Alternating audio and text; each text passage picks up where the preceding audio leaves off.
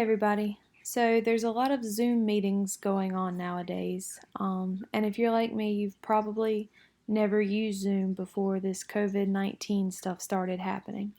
So what I wanted to do was make a video demonstrating how to use just the basic functions of Zoom. It's not hard at all, but if you've never seen Zoom before, it can be kind of confusing at first. So let's go ahead and get started. And the first step is somebody will send you an email, whoever the host of the meeting is. And this email is just an invitation. You'll have your link to join your meeting, and then you'll have your meeting ID and password. Not all meetings require this ID and password. It depends on the settings that the host has, but just know that these are down here if you need them. But what I've done for the purposes of this video is I've created a dummy meeting. So we're going to go ahead and click on the link for the meeting. And keep in mind that I already have the app installed on my computer and I already have a Zoom account. So at some point here it may stop and ask you to download some software or create an account. And that's okay, just follow those directions and then it should bring you back here.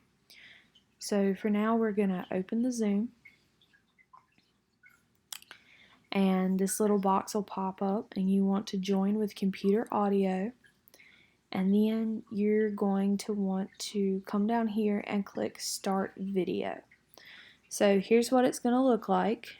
I prefer, you can come up here to change the view. I prefer this view, especially when it's a smaller group. This Billy Waters, that's actually my second email account. And there is a person behind this screen. My other half is over there. Thank you. Just demonstrating that there are other people behind those black screens. And all right, he's gone. Thank you. And you can do the same thing. You can come down here and click stop video. And, well, it shows this screen on your end, but other people will be seeing just a black screen. So I'm going to open this back up and come back here to the view that I like, gallery view, and say that you have a noisy house. Maybe you're home with your kids, maybe you have dogs barking in the background, or you just don't want people to hear your coughs or your sneezes. That's okay. You can come down here and mute your audio. So now this person over here cannot hear anything that's going on my side. And if you have something to say, you can just unmute yourself and they'll be able to hear you again. But say you want to say something and maybe you don't necessarily want to unmute yourself, or somebody else is having a conversation and you just have maybe a comment or a question, you can come down here to this chat box and type your message. And right now everyone will be able to see your message, but you can change that to one person. So there will be a whole list of people depending on how many people are in the meeting. But I'm going to leave it as everyone, and you can just type your message and everyone will be able to see it. So we're going to double click on that and get out of there.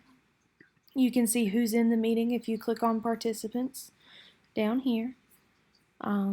So now it's just me and my other email account. Let's see what else here.